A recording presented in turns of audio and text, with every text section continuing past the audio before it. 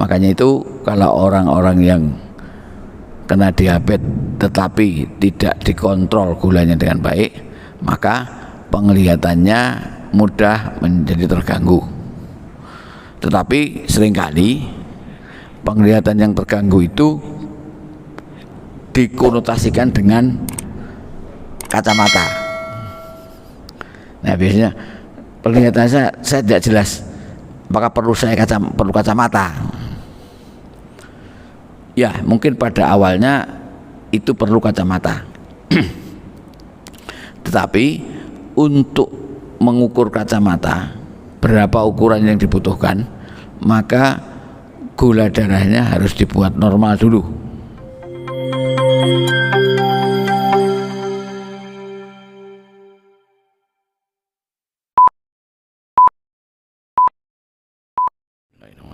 Assalamualaikum warahmatullahi wabarakatuh. Alhamdulillahirabbil alamin. Asyhadu an la ilaha illallah wa asyhadu anna Muhammadar Rasulullah. Allahumma shalli ala Muhammad wa ala ali Muhammad kama shallaita ala Ibrahim wa ala ali Ibrahim wa barik ala Muhammad wa ala ali Muhammad kama barakta ala Ibrahim wa ala ali Ibrahim innaka Hamidum Majid. Jamaah salat subuh Masjid Darussalam yang saya hormati, marilah kita bersyukur kehadirat Allah Subhanahu wa taala, karena pada pagi hari ini kita masih berkesempatan untuk melaksanakan ibadah sholat subuh secara berjamaah. Kemudian kita belajar beberapa hal. Untuk pagi hari ini kita akan lanjutkan masalah bincang-bincang kesehatan jasmani yang merupakan kelanjutan dari bahasan yang lalu, yaitu kita masih melanjutkan bahasan tentang penyakit diabetes atau kencing manis. Jadi mungkin sebelumnya kita perlu ingat bersama-sama bahwa dalam setiap sholat kita, kalau duduk di antara sholat sujud itu selalu kita minta untuk diberi kesehatan. Tetapi kadang-kadang kita juga lupa bahwa kita minta diberi kesehatan, tetapi seringkali kita tidak berperilaku untuk menuju ke yang sehat. Sekali lagi mari kita sama-sama untuk memelihara jasmani kita sebagai titipan ilahi, karena kalau kita tidak pelihara, siapa lagi yang akan memelihara? Dengan sehatnya jasmani maka kita akan bisa melakukan berbagai hal, termasuk ibadah. Apapun jenis kegiatan ibadah itu akan menjadi lebih baik kalau kita dalam keadaan sehat. Kemudian bahasan tentang diabetes selanjutnya pada pagi hari ini kita akan membahas perjalanan penyakit diabetes apabila tidak dikelola atau dilakukan penanganan dengan baik. Secara umum penyakit diabetes itu pada perjalanannya ada dua hal yang perlu kita perhatikan. Pertama itu yaitu terkait dengan bahwa penyakit diabetes itu akan mempengaruhi pembuluh darah kita. Pada awalnya pembuluh darah yang kecil-kecil, nanti akhirnya pembuluh darah yang besar juga ikut. Yang kedua yaitu masalah saraf yang kecil-kecil juga. Jadi perjalanan itu akan dimulai dari situ. Bagaimana pembuluh darah kita yang kecil-kecil dan saraf kita yang kecil-kecil. Itu awalnya dari situ. Kalau penyakit diabetes itu tidak dikelola dengan baik. Nah, dalam setiap organ tubuh kita itu rata-rata ada yang namanya pembuluh darah kecil-kecil dan saraf yang kecil-kecil, itu ada semua. Oleh karena itu mungkin kita membahasnya biar lebih real untuk kita semua. Kita akan melihat per organ tubuh saja. Yang banyak mengandung pembuluh darah kecil-kecil, organ tubuh kita itu ada dua, yaitu mata dengan ginjal. Nah, kita bahas yang satu aja, mata dulu. Kita bahas mata ya. Bahwa mata kita itu dipelihara oleh pembuluh darah agar tetap hidup, maksudnya ya. Ada pembuluh darah yang memberikan makan, memberikan oksigen, memberikan zat-zat gizi kepada mata kita. Nah, di dalam bola mata itu akan ada pembuluh darah yang secara rutin ya memberikan zat gizi tadi. Nah, itu biasanya kalau kita melihat dengan mata telanjang nggak susah. Makanya kalau dokter mata itu selalu menggunakan alat yang biasanya ada segini, dipegang, dilihat, nah, dicornik, nah itu ke dalam mata. Itu untuk melihat salah satunya pembuluh darah yang ada di dalam bola mata. Nah, pembuluh darahnya itu ada gangguan apa enggak? Kalau orang yang kena diabetes ada gangguan apa enggak? Kalau ada gangguan, itu akan mengakibatkan isi bola mata itu kualitasnya menjadi menurun. Termasuk di situ bahwa di bola mata itu ada saraf yang kecil-kecil juga, yaitu saraf yang digunakan untuk menerima bayangan benda yang kita lihat. Jadi kalau misalnya ini lihat ada HP, ada barang ini, kemudian ada beberapa manusia yang ada di sini ya, orang-orang ini. Nah, bayangan itu diterima oleh saraf di dalam bola mata kita, sehingga kita melihat, oh itu ada orang, oh itu ada tembok, itu ada tiang, itu ada jam dinding dan sebagainya. Nah, jika pembuluh darah yang memberikan makanan pada bola mata itu terganggu, maka saraf-saraf yang menerima bayangan itu juga terganggu, dan segala isi bola mata itu akan menjadi terganggu. Di antaranya misalkan kalau orang diabetes yang lanjut tidak terawat dengan baik, maka di dalam bayangannya itu seringkali saya melihat, kalau melihat orang atau melihat barang itu kok seperti ada kabutnya. Nah, seperti ada kabutnya. Nah, itu salah satunya mulai menurunnya kualitas lensa mata, alias kalau sering kita sebut itulah yang permulaan dari katarak. Kenapa kok katarak? Ya, karena lensa mata itu tidak ada pembuluh darah yang khusus memberikan makanan pada lensa mata, tetapi lensa mata itu dapat makanan dari jaringan sekitarnya. Nah, jaringan yang kecil-kecil tadi, yang lembut tadi, kalau tidak dapat makanan dengan baik, maka lensa mata akan cepat menjadi keruh, tidak bening lagi. Seperti ibarat kita lihat kaca di sebelah itu, misalnya di belakang, kaca yang bening di atas, ada di bawahnya yang buram, dikasih buraman tapi itu. Nah, sebenarnya katarak itu mirip dengan itu. Kalau kacanya bening bagus, lensanya bening, maka kita bisa melihat tembus jauh. Tapi kalau itunya buram, maka kita tidak bisa melihat dengan jauh. Nah, lensa mata itu sebagai akibat dari kalau orang kena diabetes tidak terawat dengan baik gulanya, salah satunya lensanya mudah menjadi buram, tidak bening lagi.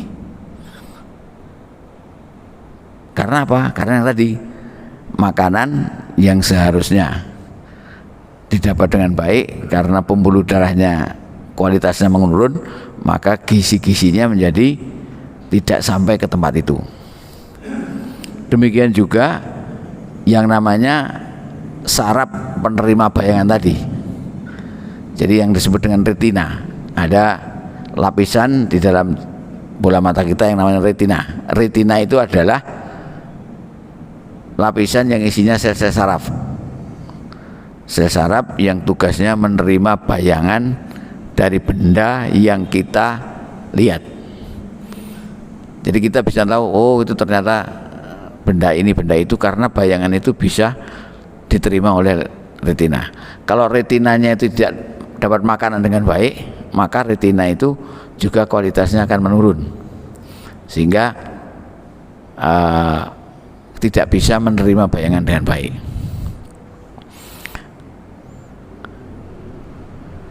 Itu diantaranya diantaranya akibat pada mata. Makanya itu kalau orang-orang yang kena diabetes tetapi tidak dikontrol gulanya dengan baik, maka penglihatannya mudah menjadi terganggu. Tetapi seringkali penglihatan yang terganggu itu dikonotasikan dengan kacamata. Nah, biasanya penglihatan saya tidak jelas, apakah perlu kacamata? Ya, mungkin pada awalnya itu perlu kacamata. Tetapi untuk mengukur kacamata berapa ukuran yang dibutuhkan, maka gula darahnya harus dibuat normal dulu. Mungkin karena usia juga, jadi karena usia maka perlu kacamata, karena kemampuan lensa mata untuk menipis dan menebal itu mulai berkurang, maka perlu bantuan kacamata.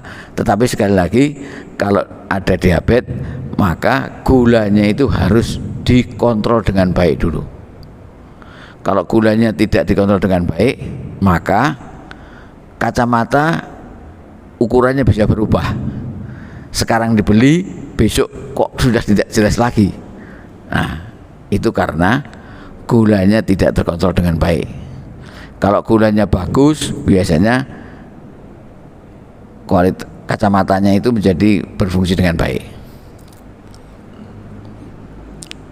Itu ceritanya kacamata pada yang kena diabetes. Nah, selanjutnya seringkali juga terkait dengan katarak. Jadi saudara-saudara kita yang kena diabetes itu kalau gulanya tidak dikontrol dengan baik, maka katarak itu lebih mudah muncul daripada yang tidak kena diabetes. Karena diabetes itu rata-rata yang ada itu tipe 2. Kalau tipe 2 itu biasanya munculnya sekitar usia di atas 40. Jadi jangan kaget kadang-kadang tambah usia kok penyakitnya tambah banyak. Ya, memang beberapa penyakit itu sering muncul pada usia di atas 40, di antara diabetes tadi. Jadi kalau di atas usia 40, mata kita itu kalau yang normal, jadi orang yang tidak sakit diabetes, orang yang sehat, kalau sudah usia 40 maka kemampuan lensa mata untuk menipis dan menebal itu menjadi berkurang. Makanya biasanya kalau sudah di atas 40, kalau mau baca Quran, mau baca surat, baca apa, itu perlu bantuan kacamata, karena kemampuan lensa tadi yang sudah menurun. Nah, kalau ditambah dia ada diabetes, maka biasanya tingkat kejernihan, jadi jernihnya lensa itu menjadi berkurang. Jadi lensanya menjadi lebih keruh. Biasanya orang-orang diabetes lensanya lebih keruh daripada orang yang tidak diabetes. Jadi tambah penglihatannya tambah tidak, kualitasnya menjadi menurun. Jadi tadi karena kemampuan menipis menebalnya berkurang, ditambah lagi karena tingkat kejernihannya kurang, tambah penglihatannya kurang jelas. Oleh karena itu biasanya, nah di samping karena keruh tadi, juga karena kemampuannya menebal menipisnya kurang, maka perlu bantuan kacamata. Tapi sekali lagi, kalau perlu kacamata, tolong gulanya diatur dulu dengan baik. Kalau gulanya tidak bagus, nanti kacamatanya baru sebulan tidak bisa digunakan lagi, dan terus berubah lagi. Yang dulu dipakai tidak enak, sekarang jadi enak, misalkan seperti itu. Itulah dinamika untuk mata biasanya, seperti itu. Nah, kemudian biasanya berlanjut lagi. Kalau misalkan perjalanannya menjadi bertambah terus karena gulanya tidak diatur dengan baik, maka akan muncul katarak. Muncul katarak. Nah, biasanya kalau dokter mata begitu ada katarak orang diabetes, ini seringkali hati-hati kalau mau menanganinya. Maksudnya gimana? Maksudnya katarak ini tidak, sampai sekarang tidak ada obat yang ampuh untuk menjernihkan lensa yang keruh menjadi jernih lagi, tidak ada. Satu-satunya upaya untuk menjernihkan lensa itu ya lensanya diganti dengan lensa buatan. Jadi lensa di mata kita itu diambil kemudian diganti lensa buatan. Itu bisa menjawab untuk memperbaiki katarak. Namun demikian, tadi ceritanya di samping katarak itu ada retina. Nah, kalau pada retinanya sudah ada gangguan karena akibat gula tadi, jadi retinanya kualitasnya menjadi kurang bagus, jadi menerima bayangannya juga kurang bagus. Walaupun lensanya jernih, itu sering penglihatannya masih tidak berkualitas lagi. Artinya karena ada kerusakan pada retina, sehingga walaupun lensanya sudah jernih, tetapi kemampuan menerima bayang-bayang benda tadi menjadi berkurang.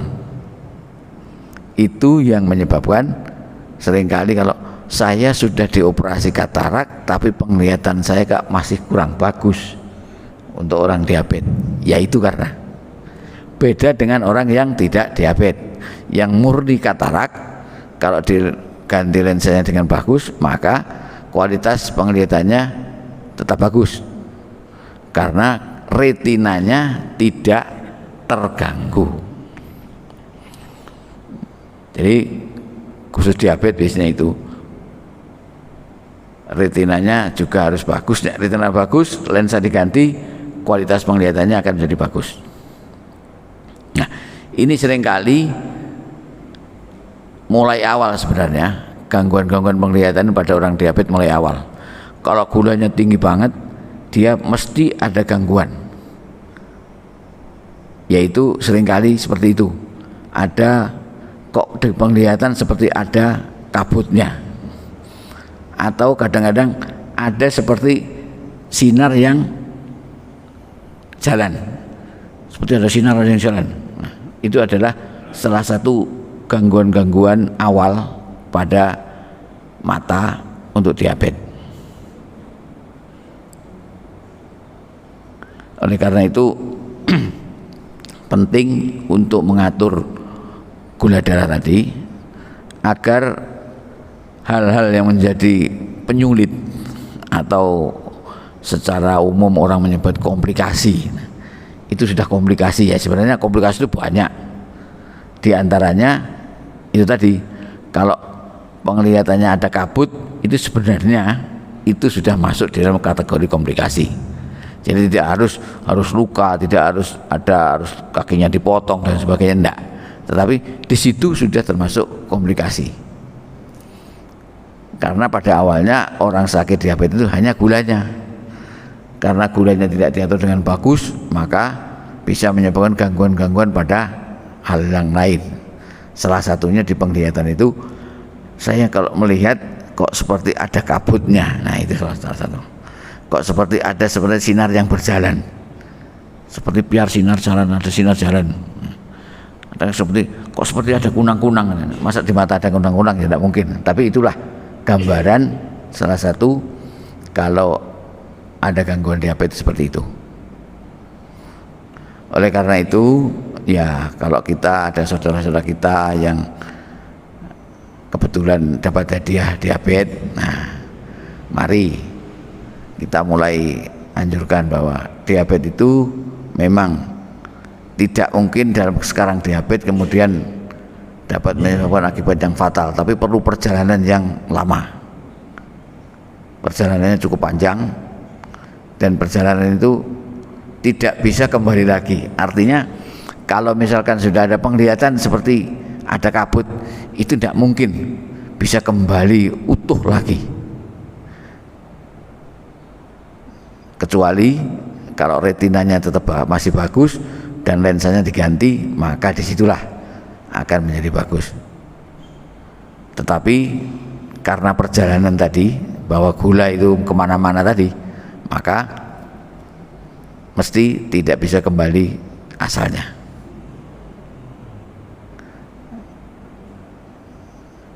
Caranya gimana? Seringkali kalau ketemu ini, apa ada obat yang bisa membuat penglihatan saya menjadi bagus? Ya obatnya ya obat diabetes, bukan obat dikasih obat untuk mata. Obat untuk mata itu mempertahankan retina yang masih bagus. Kalau untuk katarak, jadi ya kalau lensa yang menjadi keruh itu sampai sekarang belum ada obat yang bisa menjernihkan lensa yang menjadi keruh, belum ada. Tetapi kalau mempertahankan kualitas retina itu diantaranya ada. Jadi obat-obat untuk agar retina yang masih bagus itu tidak menjadi jelek, itu dipertahankan. Tetapi syaratnya sekali lagi gulanya harus diatur dengan baik. Tidak bisa hanya berdiri ini hanya obat untuk retina, gulanya dibiarkan, tidak bisa. Tetap pusat pengendaliannya gula tadi. Gula harus diatur dengan baik. Nah, sekali lagi mungkin perlu berkali-kali saya ingatkan bahwa kalau pemeriksaan gula darah saja itu seringkali dimanipulasi sama yang sakit, karena biar senang, katanya biar dokternya senang. Jadi dokter sebenarnya tidak senang dengan itu sebenarnya. Manipulasi itu misalkan apa? Kalau mau periksa gula darah itu dia tidak makan, dia puasa dulu dan sebagainya, sehingga diperiksa, oh bagus. Nanti Pak dokternya senang, saya juga senang. Tapi senangnya itu senang kamuflase, senang menipu diri sendiri. Jadi sebenarnya kalau pemeriksaan sudah periksa apa adanya, itu akan lebih baik untuk kita dan untuk dokter. Artinya apa? Kalau dokter loh ini gula darahnya kok tinggi terus, nah maka kita akan berpikir apa yang akan kita periksa lebih lanjut, sehingga kita akan tahu tindakan-tindakan yang lebih. Kalau di kamuflase alias ditipu tadi, ditipu mau periksa ini dibagus-baguskan dulu biar hasilnya bagus, dokter juga tidak tahu, kecuali dokternya tanya lebih jauh, ini sampai ini sudah mulai persiapan mulai kapan pemeriksaannya ini. Nah kadang-kadang kalau ngaku sih bagus, kalau tidak ngaku ya itu menjadi dalam tanda petik penipuan kepada diri sendiri dan kepada dokternya gitu loh. Dalam arti bukan penipuan untuk ditindak kepada kepolisian, bukan, tapi penipuan dalam arti kesehatan ya. Nah, oleh karena itu kalau sekarang sekali lagi tidak bisa dengan hanya itu, tapi dokter akan menggunakan fasilitas yang namanya pemeriksaan HbA1c. Jadi kalau gula darahnya ini gula darah bagus terus, ini periksa HbA1c aja. Gunanya untuk apa? Gunanya untuk melihat kondisi gula darah 3 bulan terakhir. Loh, apa peramalan? Ya kira-kira diramalkan begitulah. dengan nilai HbA1c itu, maka dokter akan memperhatikan bahwa kondisi 3 bulan terakhir gulanya adalah sekian rata-rata hariannya. Jadi kalau sekarang misalnya sekarang 120 diperiksa, tetapi HbA1c-nya 9, nah disinilah kebohongan akan terbongkar bahwa apa yang diperiksa 120 itu tidak mencerminkan kondisi harian selama 3 bulan terakhir. Kalau gula darahnya 120 tapi HbA1c-nya 6,5 atau -7, nah itu baru ini berarti bagus berarti. Karena HbA1c disyaratkan itu biasanya yang bagus itu 6,5. 6,5 itu bagus. Kalau 7 itu sudah warning, kalau di atas itu kurang bagus. Jadi walaupun gula darah pada saat itu bagus, tapi kalau HbA1c-nya tidak bagus, maka kualitasnya secara keseluruhan kurang bagus, gitu kira-kira. Mungkin begitu. Mungkin ada 1-2 pertanyaan tentang terkait dengan kesehatan mata dan diabetes. Monggo dipersilahkan.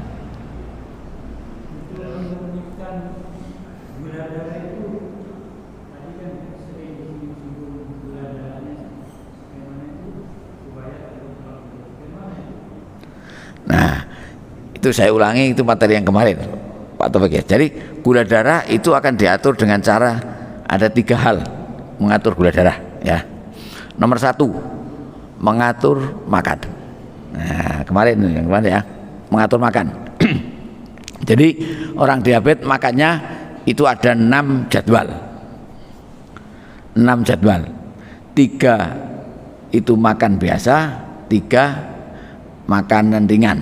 Nah, kemarin itu ya. Makan biasa itu harus dibuat teratur, jamnya teratur. Jadi pagi jam berapa, siang jam berapa, sore atau malam jam berapa. Satu, dibuat teratur. Ya mungkin seperti sholat ya. Sholat kan harus teratur, tidak bisa sholat itu sakar berdiri, tidak bisa kan. Kalau sholat isya, saya sholat isya mau sholat isyanya jam 6, tidak bisa ya. Jadi harus diatur sesuai dengan, maka kita itu pelajaran buat kita bahwa hidup ini ada keteraturan. Jadi diabetes juga begitu, harus diatur. Kalau waktunya tidak makan, ada undangan tidak boleh makan. Itu contohnya begitu. 3 kali makan, jadwalnya teratur, jumlahnya juga diatur. Kita harus berhenti makan sebelum kenyang. Nah, itu kira-kira. Yang ketiga, jenisnya, kita tidak boleh makan gula, baik gula putih, gula merah. Kemarin ada tanya bagaimana dengan madu. Nah, kalau madu kita harus dicoba dulu. Saya tidak berani melarang orang minum madu, tetapi kalau madu dicoba. Kalau dengan minum madu ternyata gulanya meningkat, ya dihentikan madunya, jangan. Karena madu zaman sekarang itu ada madu asli dan madu palsu. Nah, repot itu ya. Kalau madu asli mungkin tidak berpengaruh secara signifikan mungkin ya, tapi kalau madu yang palsu ya, itu bermasalah. Tapi lebih baik dicoba itu. Jadi itu adalah mengaturnya dengan makan tadi, atur makan ya. Yang kedua, harus berolahraga. Olahraga tadi seminggu 5 kali syaratnya itu. Jadi hanya istirahat 2 kali. Mungkin istirahat tidak olahraga, mungkin hari Kamis dan hari Senin dan Kamis mungkin begitu ya. 2 kali istirahat tidak olahraga. Tapi tiap hari harus olahraga. Tiap hari itu minimal 30 menit. Nah, 30 menit sebenarnya ukurannya, kalau saya bilang ukurannya bukan 30 menitnya, tapi olahraga harus berkeringat. Kalau olahraga tidak berkeringat, itu namanya bukan olahraga. Nah itu, nah, ya bukan, nama happy mungkin, giling-giling ya. Ya itu. Kemudian yang ketiga, nah kalau misalkan dengan mengatur makan dan olahraga tadi gulanya sudah normal, obat tidak usah, tidak apa-apa. Nah, tetapi kalau gulanya belum normal, maka harus dengan obat tambahi. Jadi atur makan, olahraga, dan obat. 3 ini. Nah, obat itu yang perlu berkali-kali saya tidak bosan mengingatkan. Kalau dokter memutuskan, Pak, Bu, ini sampean harus pakai insulin, ikuti. Karena obat yang terbagus untuk diabetes itu adalah insulin. Itu paling bagus. Jadi jangan berpikir bahwa kalau insulin itu sudah parah. Enggak. Itu kira-kira. Itu kira-kira Pak Taufik ya. Ya, untuk semua mungkin gambaran begitu kira-kira. Buka-buka. Ya. Ya. Oh, ketagihan. Ketagihan air juga bikin ketagihan Pak Sidik. Kalau tiap hari kita minum air itu karena ketagihan air. Sama kan? Jadi kita minum air, kita makan juga ketagihan, tiap hari makan juga. Sama ceritanya. Jadi tidak ada prinsip itu. Ketagihan itu yang muncul itu hanya narkoba. Itu ketagihan itu. Yang lain enggak. Kalau narkoba ketagihan ya. Jadi kalau diabetes enggak. Insulin dan sebagainya tidak ketagihan. Minum obat juga ketagihan, tapi itu kebutuhan. Beda dengan narkoba. Narkoba itu ketagihan. Dosisnya diatur nanti, dokter akan sekian-sekian. Dan dengan kalau insulin, kita akan mendidik pasien itu untuk menyuntik diri sendiri. Jangan takut, karena suntikannya itu sudah diset demikian, tidak menimbulkan bahaya yang tinggi. Karena andai kan orang sambil merem menuntik itu tidak apa-apa itu. Merem aja suntik, tidak apa itu, tidak akan berbahaya. Kira-kira begitu. Jadi itulah 3 hal yang harus dikerjakan untuk gula darah akan menjadi bagus. 1, atur makan. 2, olahraga. Ini penting. Jadi jangan dibalik. Saya obat, tidak usah olahraga, jangan. Ini urutan, katakanlah seperti kalau kita belajar Pancasila. Pancasila itu yang persatuan itu ada ketuhanan yang Maha Esa. Tidak bisa kemanusiaan nomor 1, tidak bisa. Tapi itu urutan yang harus dikerjakan. Tidak boleh dibolak-balik. Nomor 1 harus mengatur makan dulu, nomor 2 olahraga, nomor 3 obat. Saya obat dulu baru ngatur makan, tidak bisa. Harus atur makan dulu. Kalau gula saya dari normal bagaimana? Tetap atur makan, tidak bisa berhenti. Nah, itu yang harus diperhatikan. Jadi jangan mengandalkan obat, tapi pokoknya saya makan masa akan mati karena makan. Nah, bukan karena itu gitu. Seringkali kan tidak mungkin orang mati karena makan, katanya begitu. Tidak seperti itu. Itu prinsipnya yang kurang pas. Begitu kira-kira.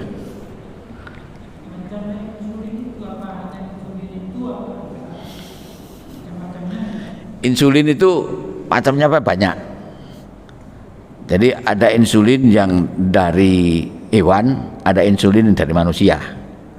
Insulin nanti masih dibagi lagi, ada insulin yang kerja pendek, kerja menengah, kerja panjang. Nah, kita tidak usah belajar itu Pak. Kalau belajar itu terlalu rumit nanti. Nah, yang tambah rumit gulanya tambah tinggi nanti. Itu sudah urusannya dokter itu. Kira gitu. Apa?